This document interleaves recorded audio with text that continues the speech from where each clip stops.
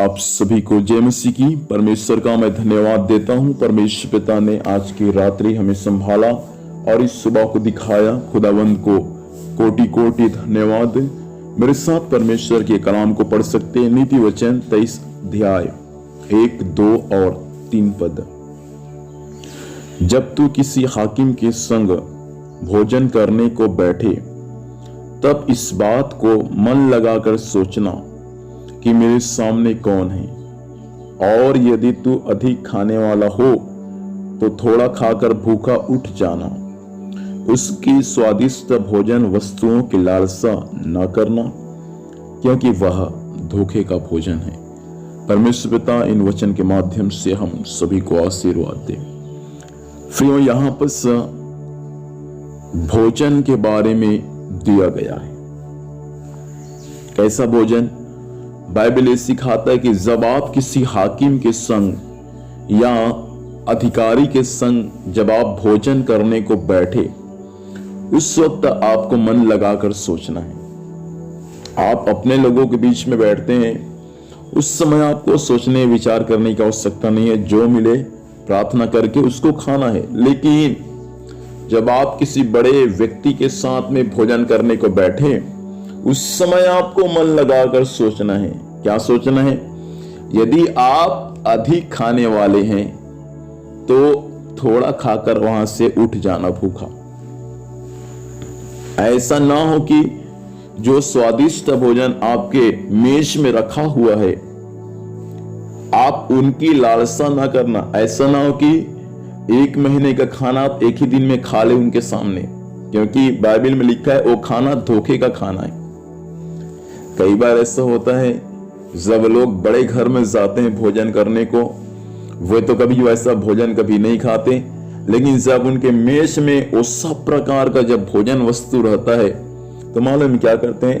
वो सबको इतना मनमाना खाते हैं कि लोग उसको देखकर उसका निंदा करना शुरू कर देते हैं, उसका अपमान करना शुरू कर देते हैं। बाइबल में लिखा है प्रियो, धोखे का भोजन है। जब आप किसी बड़े घर में आप भोजन करने को बैठते हैं तो ध्यान पूर्वक आपको भोजन करना है। आप ज्यादा खाने वाले हैं, आपका आहार ज्यादा है, तो आधा खाकर वहां से भूखा उठ जाए और जाकर अपने घर में खाए। ऐसा ना कि आप वहां मनमाना खाए और उसके बाद वहां से आपका निंदा और अपमान शुरू हो जाए।